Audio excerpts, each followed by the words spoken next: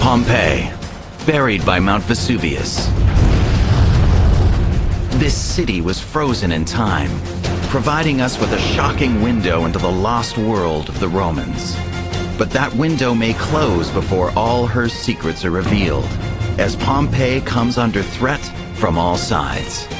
Today, the greatest mystery may be, is the same force that conquered Pompeii the first time rumbling back to life? We're all really worried that we'll actually be here the next time it erupts. These walls, they were never meant to withstand all that they've been through. The threats are very real. Now, experts are trying to solve the lingering riddles before it's too late, as they fan out across the site and use the latest technology and scientific detective work to uncover what Pompeii was like on the eve of its destruction.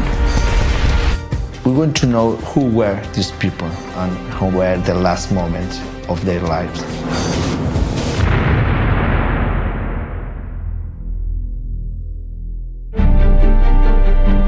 It's the year 79 AD. The people in the Roman town of Pompeii are going about their business. Shoppers out in the streets pick up their daily supplies. At home, people prepare for their day ahead. Slaves work away in the city's food industry. The bars are noisy and bustling, and gladiators are preparing for battle. But this day would change these people's lives forever. High above the city looms Mount Vesuvius, one of the most dangerous volcanoes on Earth. Few realize that for many of them, they have just one day left to live.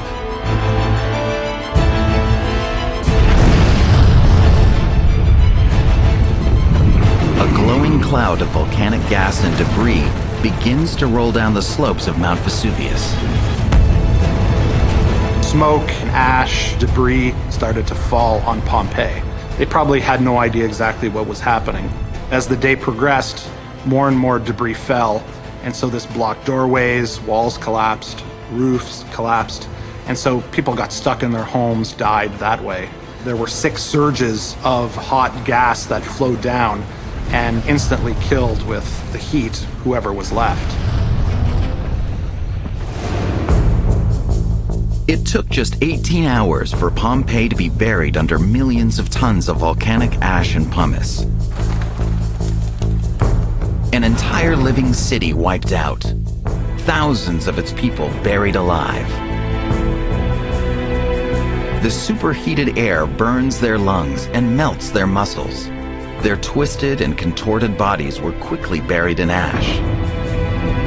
When they finally decomposed, their bodies left voids in the ground. After the decomposition of the body, when the internal organs disappear, they keep this empty space, they form just still the bones, because the bones are very resistant to the decomposition. Long ago, archaeologists realized that if they filled these voids with plaster, the body's shapes could be revealed. The casts they made have captivated the world. Pompeii is unique in showing the emotions of people in their death throes and giving us a real human element that we don't get anywhere else. And I think that's what makes people fascinated by Pompeii. And we see them right in the context of their living spaces as they're hiding, or they're trying to leave, or they're rescuing their children. But many mysteries remain about exactly how these people died. A team of scientists is now studying 15 bodies that were found together in the east of the city. The odd positions these bodies were found in intrigues team leader Lawrence Alapon. It's very interesting how they found the bodies, because we find several groups together, 3 people together, 4 people together. It seems that they may be helping each other, and we want to know what's happened exactly with these people. So who were they, and what were their final moments like? Using the latest in high technology, science may finally be on the cusp of solving this 2,000-year-old puzzle. To do so, they're scanning the casts in more detail than ever before, taking high-resolution photographs and then X-rays of their bones locked inside. We can see the teeth. We know the teeth. We can see about the diet. We can know the sex because we can see very well the morphology of the pelvis. We can know the age because for the growing of the bone. One cast is particularly well preserved. Lawrence has already unlocked personal details of this man's life. We know that he was between 25, 30 years old. This young man also had a military sword, which leads Lawrence to think he was a soldier. But he's hoping to find out much more. He's taking the data back to his lab in Valencia, Spain, to try to put a face to him. We want to know the last moment of this person, if he suffered or he was afraid, and all this we can see in this face. The well-preserved sections of the cast are copied and then filled into other sections that are less detailed. In this part, we can see the complete side of the cast. So we have to take the complete part for make what part is not complete or is missing.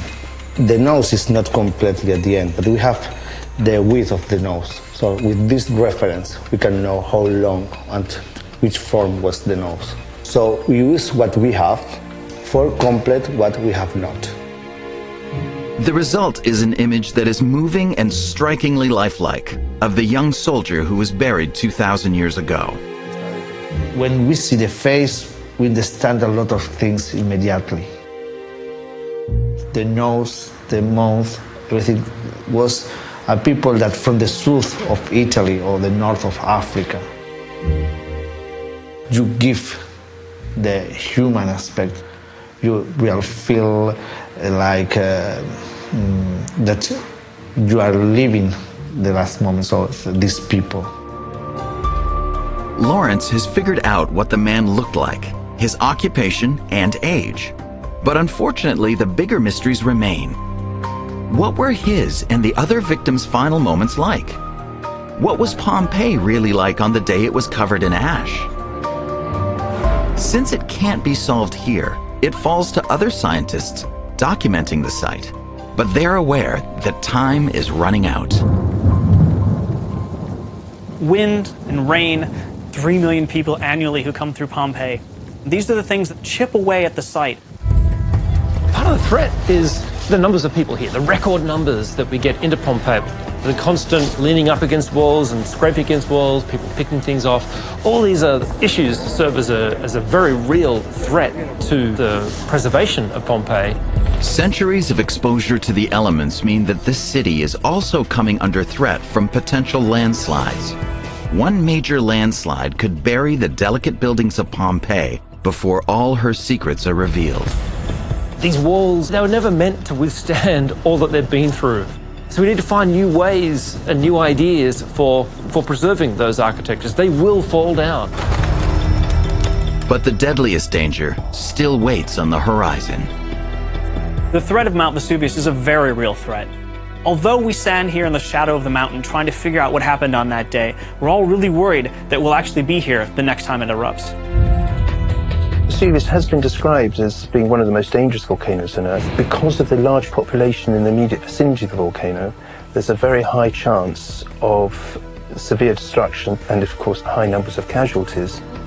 In the wake of these new threats, scientists are now embarking on an ambitious plan to create the first ever 3D model of Pompeii. All its major buildings, monuments, and homes, to create a virtual copy of the city that will last forever. This monumental task is being carried out by architect Raffaele Martinelli and his team. They're documenting over 2,000 buildings and miles of intricate roads. From the ancient Forum in the west to lavish villas in the north and the magnificent amphitheater in the east of the city. The 3D model is important as it allows us to see the location and current situation as it is now. It's the first time that such an extended and complete digitalization of the whole site has been created. Raphael's goal is to document every inch of this 66-hectare site and help answer unsolved mysteries, from how the Romans lived and interacted, to what different areas of the city can tell us about their final hours. We can compare what we are finding, and it helps us see the changes in the buildings over time. And it allows us to plan new repairs to the buildings we're working on and help in their preservation and maintenance.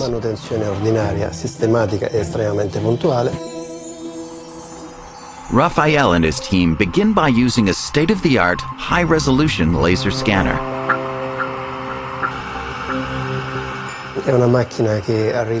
This machine measures a lot more than 1 million individual points in a second. It means we get very detailed information of the buildings we are scanning. Today, they're mapping the thermal baths in a building on the southern edge of the city called the House of Menander. It's one of the richest houses in all of Pompeii. Today, we are working in the bathroom area. As they scan, surprising new details come to life. Details long hidden from casual view. The team is surprised to discover how comfy a 2,000-year-old bathroom could be, if you had the money. This house has its own small thermal bath.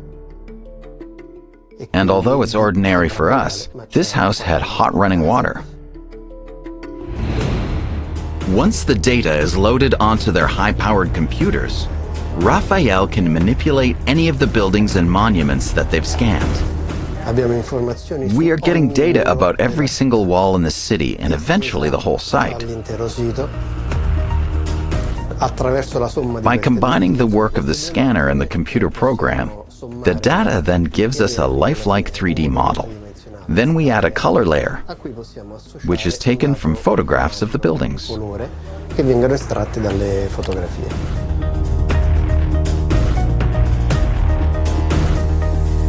Ultimately, Raphael and his team will provide a complete 3D model of the city as it is today, before further damage is done. It means future generations will be able to use this as a starting point to see what Pompeii might have looked like in the 1st century. From the lavish villas to the corner bars, from the amphitheater to the magnificent forum. Of course, none of this would be possible without the huge leaps in technology in recent years. It's revolutionizing the work in the field for Pompeii's scientists and archaeologists. Well, one way that technology is really helping us to understand the city as archaeologists is through having tools like tablet computers. So, for example, the iPad. In the past, we would come and be reliant upon notepads and pencils and having to take all that paper-based work back to the home institutions to then be digitized and processed and thought about. The advent of tablet technology and also the cloud has helped us to bring those computer databases, bring all that wealth of information that was typically confined to our offices and our libraries and our museums, and bring it to the trench side. So we're now able to excavate trenches here with our hands on the technology, which not only helps us to record in completely different ways, but also to be able to access that information as well. So it has wholly revolutionized the way we study the past. But state-of-the-art technology is not only helping the work of the scientists at Pompeii. In some cases, it's even challenging their preconceptions. The Quadriporticus in the south of the city. This sprawling building has long been thought of as a gladiator barracks. And that's still what many tourists are told when they visit Pompeii.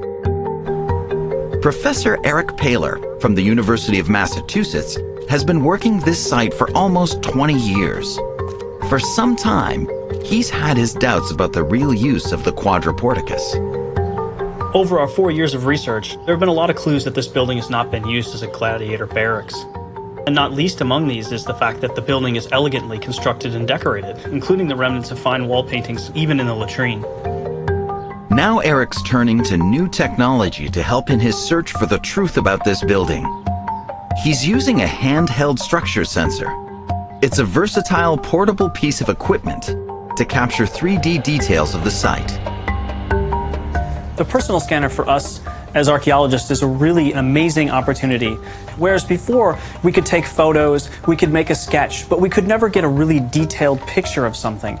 Now, with just a few minutes of time, we can not only get the idea that we're interested in, but capture the whole reality around it. And that's revolutionary. The structure sensor fires a beam of infrared light at the architecture.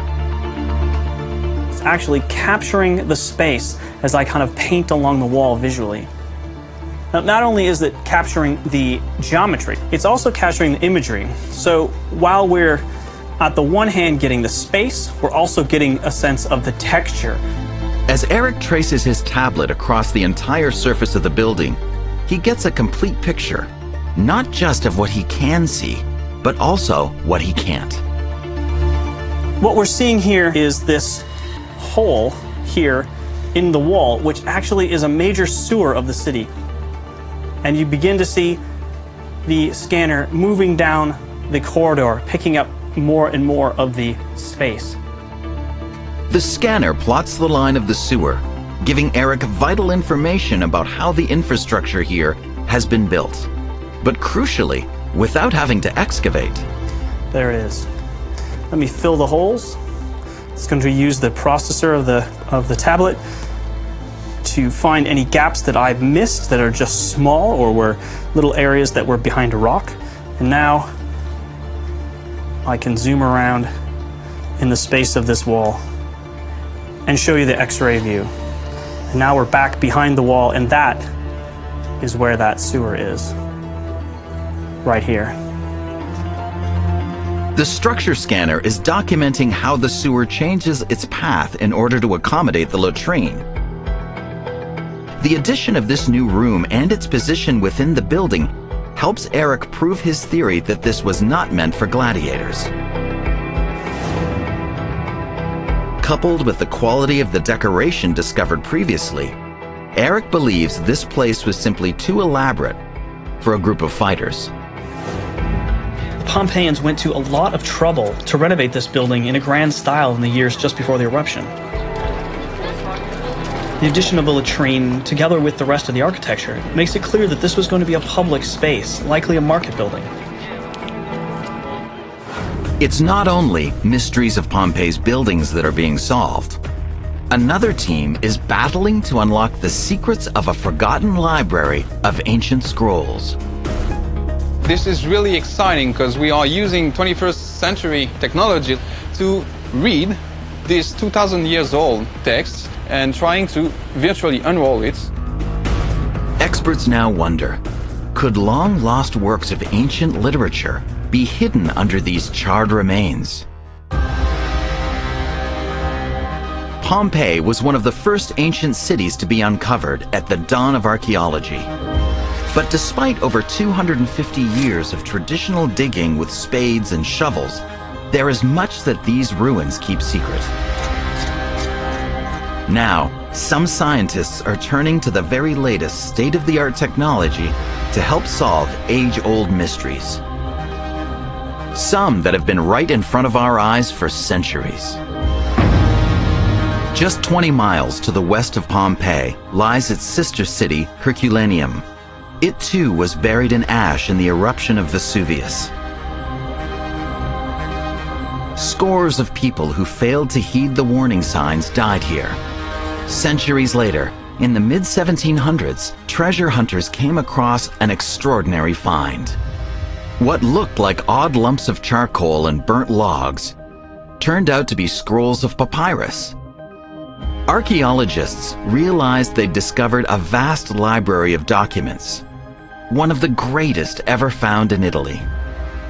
Scholars hoped these may be lost classics, but these relics simply crumbled at the slightest touch. Now, for the first time, cutting-edge technology may finally help unravel their secrets. This in my hands is 15 meters long, but it's only 5 centimeters now. So we have to virtually unroll it to see the letters inside.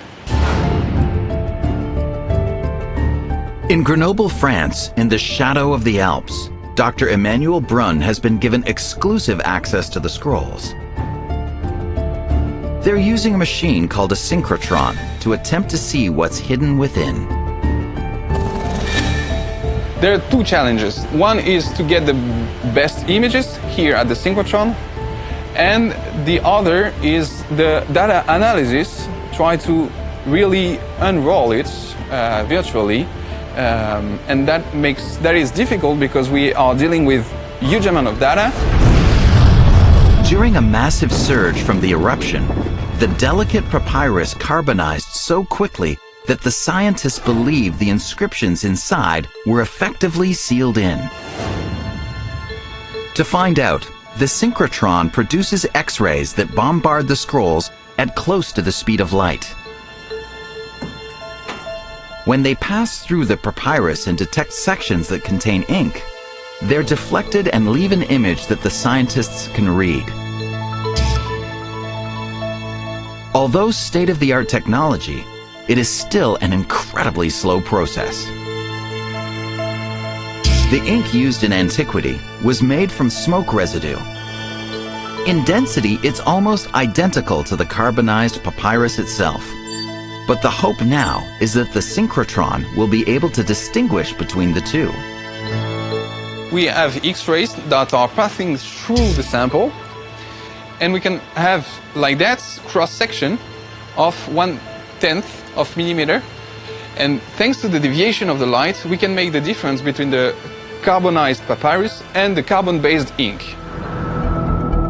Tantalizingly, some intriguing words and phrases are starting to be revealed. So for the moment we have isolated two words, which are, the English translation is "they would fall" and "they would say." That's the two words that for the moment has been isolated. Now we can try and see inside, and maybe we can discover new texts that have been lost 2,000 years ago. Although a painstaking task, once decoded, what will the scrolls reveal? Could they be the diaries of someone writing down their thoughts as the mountain above started to rumble? The ambition is for medium term, let's say 5 to 10 years. We think that we might unroll what is possible to unroll, and then to isolate the different layers that are glued together and see what is inside the scrolls. As the search continues to unravel lost secrets from these ancient scrolls, scientific research is being carried out in another part of France to unlock the mysteries of a favorite Roman pastime: drinking wine.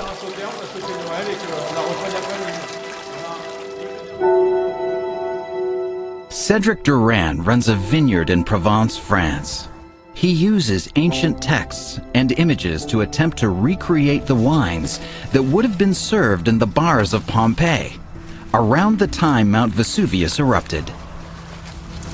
We know in the text that there were a lot of different wines. Wine for the common people to drink every day in the corner of your house in town, or during your hard work. And when it came to wine with your evening meal, Cedric discovered that the Pompeians had a very different approach to the way we behave today. Wine were drunk between the meals, not with the meals. So most of the time they don't search to associate, as we do now, wine with one meal. The process Cedric and his team used to make the wine is the same as it would have been in ancient times. From mosaics, frescoes, and texts, they've been able to accurately reconstruct a Pompeian wine press. It also revealed something unusual about the Romans' taste in wine.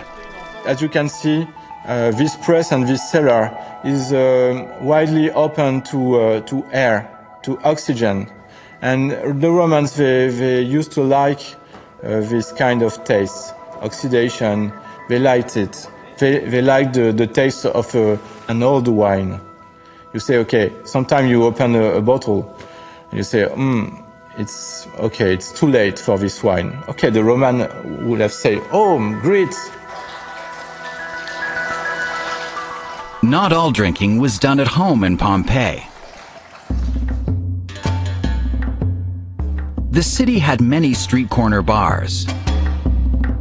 Archaeologist Dr. Sophie Hay spent many years excavating the Bar of Amarantus in the south of the city. Well, this is a typical Roman bar, a nice marble top. We have a little display cabinet here for the glasses and the wine that he would be selling.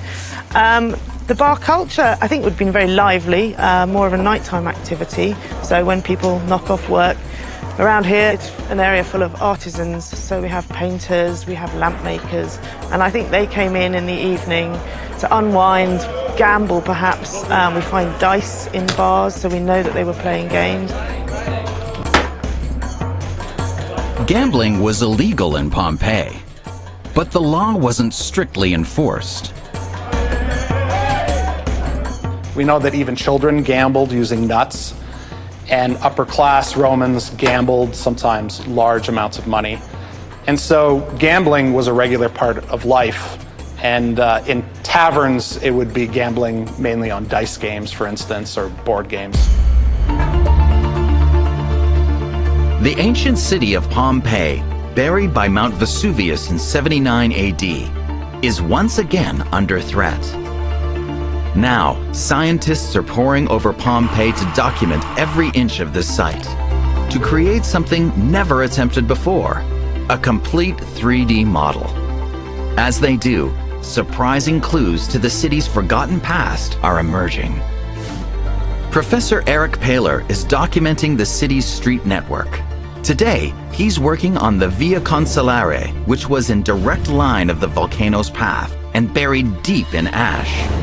Now unearthed, it's revealing surprising details of how this city was organized. The streets are a multi-purpose form of infrastructure. They both provide a hard surface for the carts to roll along, they provide sidewalks for the pedestrians to move in, and then they create kind of a box-like shape because the water from all the roofs in the city will spill out through the houses, pass into the street, and then wash out as kind of a great storm drain for the city. Looking closely at the architecture and layout of these drains, Eric has confirmed what the huge stones across the roads were actually for. They kept your feet and toga from getting covered in the muck and grime flowing through the streets. It's so that at each intersection and at important crossing points in the city, you can get from one point to another without having to dip down into the street. There might be lots of water there could be manure and other things. Another image that hits all visitors to Pompeii are the deep wheel ruts embedded in the streets of the city. But Eric's detailed analysis of the roads here has provided him with other clues that he believes have long gone unnoticed. We can see at this intersection how traffic would have moved through Pompeii. On the right-hand side, this corner is angled outward to move traffic and let it more easily turn to the right. The other side, this doesn't have the same angle, so it's not expecting that traffic to do that. We look at this part of the stepping stone, we can see where the cartwheel actually shaved off part of the stone.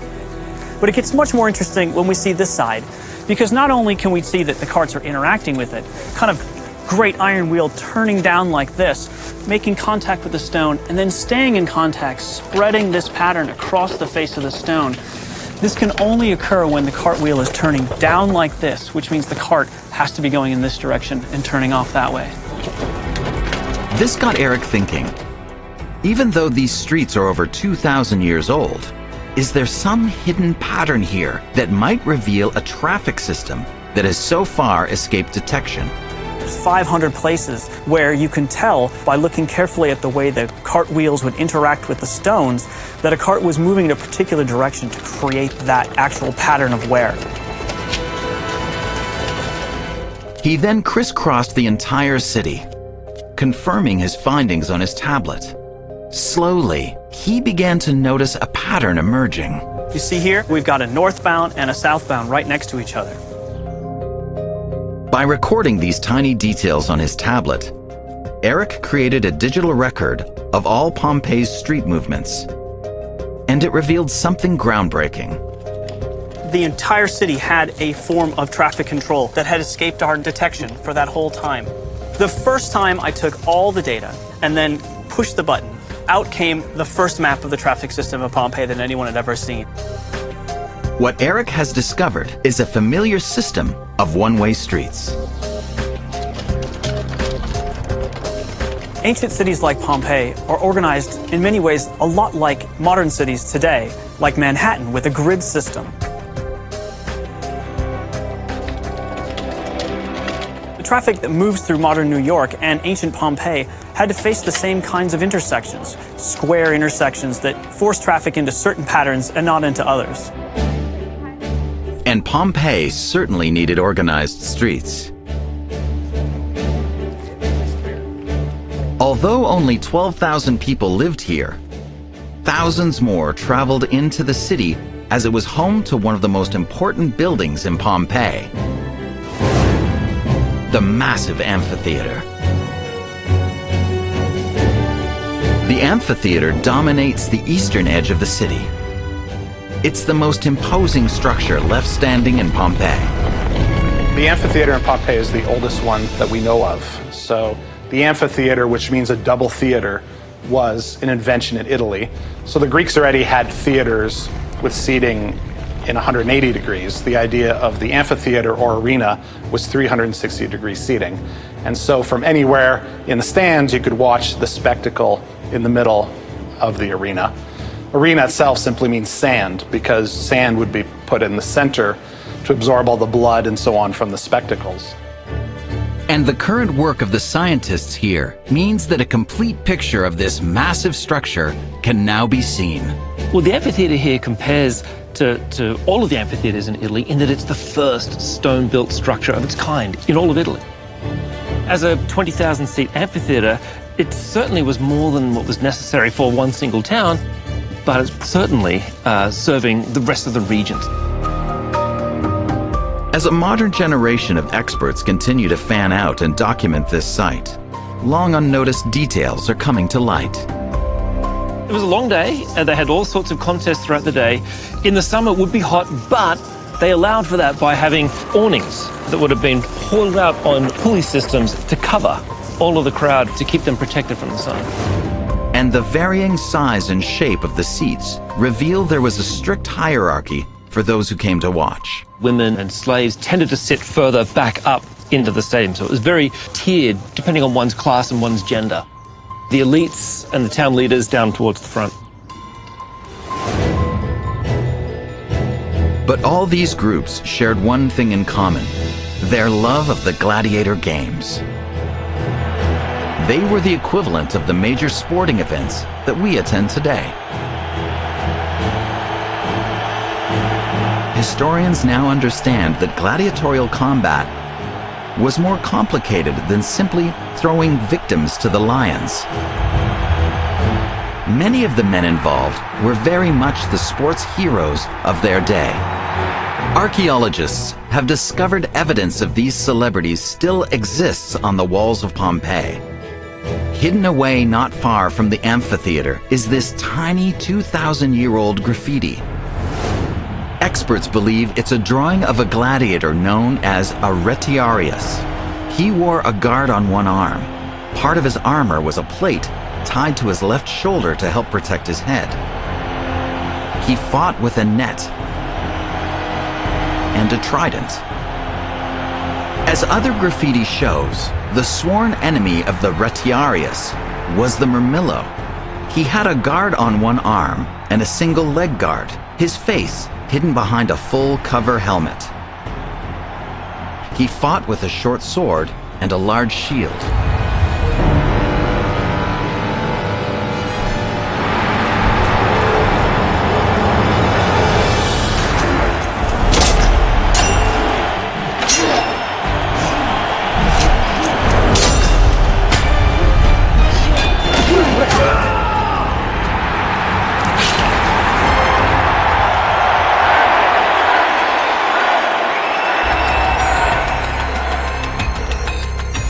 Uncovering 2,000-year-old etchings at Pompeii has provided vital insight into what went on here during Roman times. But state-of-the-art scientific technology is helping throw new light on the ancient world of Pompeii. So far, scientists have been able to put a face on some of the victims and brought crumbling streets back to life. But the very walls of this city are now at serious risk of being lost forever. These walls have experienced so much turmoil and upheaval from being built and experiencing earthquakes and the volcanic eruption that destroyed it, right through to having been exposed and then systematically neglected and trampled over by tourists over the past 200 years. Indeed, most of the walls that we walk through here have been exposed longer in the modern period than they ever existed in antiquity. And now, many of the precious frescoes and wall paintings are deteriorating rapidly. Grime from modern pollution has coated them in film. And future tremors could wipe these fragile images away for good. The importance of the frescoes is extraordinary. They allow us to reconnect with the people who once lived in these very homes. That's one of the most important types of evidence we have from Pompeii is wall paintings.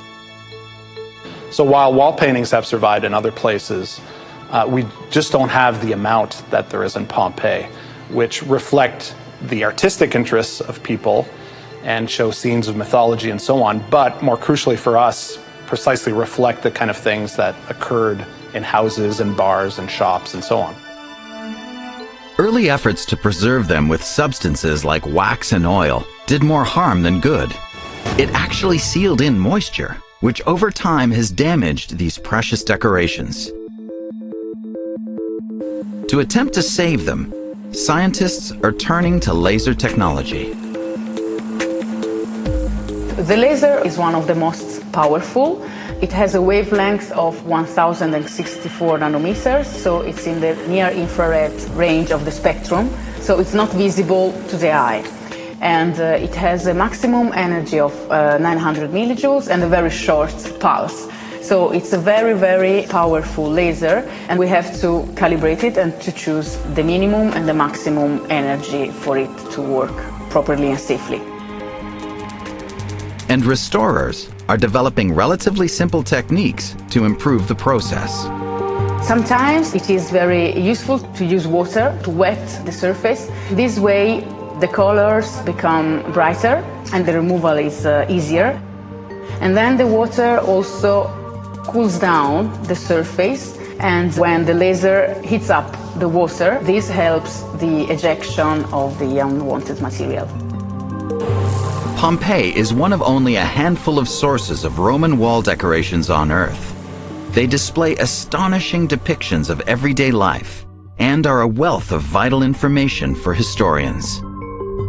Thanks to this 21st century technology, we also can shed some light on the habits of the Roman people and to see how they were dressed, how their hairstyle was. And so it also helps to have new knowledge about the history of these people and of our country. It's a technique that has now brought Pompeii's stunning Villa of the Mysteries back to its original glory. The faces are now shining as bright as when they were first painted. And as more and more frescoes are revealed, we learn more about what the interiors of the homes of Pompeii looked like. But scientists aren't just concentrating on what's above ground. They're also looking for clues underground. Pompeii had a sophisticated plumbing and water system, There are over 40 fountains in the city, and many of the grand houses had running water. But Pompeii's gutters and drains can also answer questions about the citizens' lifestyles and what they consumed. It may not be the most glamorous investigation at Pompeii, but if someone doesn't do it now, a wealth of information may be lost forever. The latrine deposits in Pompeii are great assemblages because people maybe indiscriminately throw things down in the latrines, or as it's a fast way to dispose of some rubbish that I may have been working on in the kitchen next door. McKinnon has sifted through tons of ancient garbage looking for clues. But the most revealing might come from animal bones. What he's discovering paints a picture of the final meals of many of Pompeii's doomed citizens. There's lots of information that registers on the bones themselves that tell us about the preparation process and the cooking process. Today, he's investigating a set of remains found in a latrine in the house of Marcus Lucretius, a once lavish house in the center of Pompeii. The remains form the top layer of the latrine, so in terms of chronology, this waste is from a time not long before the eruption of Mount Vesuvius. It has a big concentration of materials that look like it came from a wealthy feast. It has songbird remains, which were a delicacy in antiquity. Lots of fish, sea urchins, some shellfish, so it's special. The latrine also contains the bones of pigs, a widespread commodity in antiquity. But by analyzing the state of their teeth, McKinnon can deduce the age of these animals, and he spots something startling. This particular assemblage has the highest concentration of young pigs from Pompeii. Younger pigs under 2-3 months of age would be a delicacy in Pompeii. The wealthier people were the ones who had the resources to access them. This paints a vivid picture of a banquet enjoyed by some of the richest people in town. So it's a chance to impress one's friends, be the talk of the town. As a clearer picture of the lifestyles of the Pompeians emerges, it's the future of the city that is fast becoming the main focus. The volcano Mount Vesuvius looms large over the town of Pompeii, an ever-present threat waiting to erupt all over again. And as scientists and archaeologists race against the clock to create a complete 3D model of Pompeii, they're now aware of a new danger: potentially catastrophic landslides within the city. Scientists believe that as the rain flows down from Vesuvius, it's starting to move the huge mounds of earth in the unexcavated areas of the site, and will collapse the buildings and monuments that they're now mapping. In a bid to find out if their worst fears might be realized, they're now looking to the heavens. We started working with the Italian Space Agency. Their Cosmos SkyMed satellite allows us to see every little movement of the ground in the unexcavated areas, and of the buildings and walls, which often fall underneath the heavy rains. This system is accompanied by wireless sensors on the ground, which send us a warning for every little movement of the buildings and of the earth around them.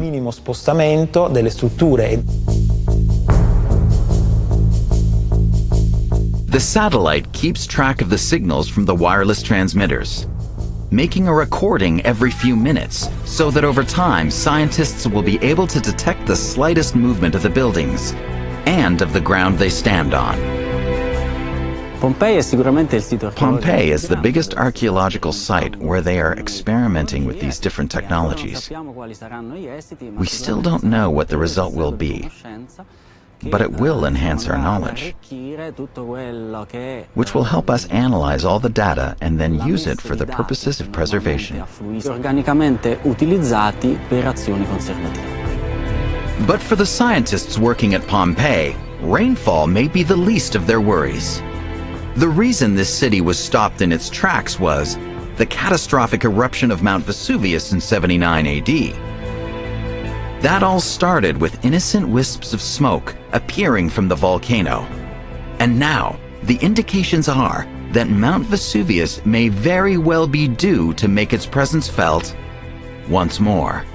Because there is the possibility that it will be at least of a modest explosive size, it may produce small pyroclastic surges which will affect most of the mountain. And consequently, the current emergency plan is that as soon as there's signs of reawakening the volcano, the first step is to evacuate 600,000 people. As well as the satellites keeping a close eye on minute movements of the landscape, a nearby monitoring station in Naples is keeping watch 24/7 on the activity of Vesuvius. The volcano is permanently monitored with a network of seismometers and ground deformation stations. And the signals from these instruments are sent directly to the Vesuvius Observatory. So if you go and visit it, you will see banks of screens that's showing changes in seismicity and movements of the ground minute by minute. The information they're studying here keeps them updated about every minor movement in the Earth around the volcano, and acts as an early warning system for future eruptions. Should there be any evidence that the eruption could be of a size of the Pompeii eruption, then consideration would also have to be given to the potential threat to Naples itself. Cutting-edge science along with physical preservation have deepened our understanding of this fascinating ruin. What we see here is a city that is crumbling, that is in its last legs, but also an effort to try to save it for the future. If we lose the city of Pompeii to a volcanic eruption or to some other form of devastation, what we lose is the greatest single place to walk into the past and to exercise one of those great things that technology can't yet do, maybe hopefully never will be able to do, which is to imagine, to reconstruct in our mind from the information in front of us and to see a past that isn't actually there, but you can feel and know from inside your mind. Preserving this site is the biggest fight, the biggest challenge for everyone here, technicians, scientists, archaeologists, in Pompeii.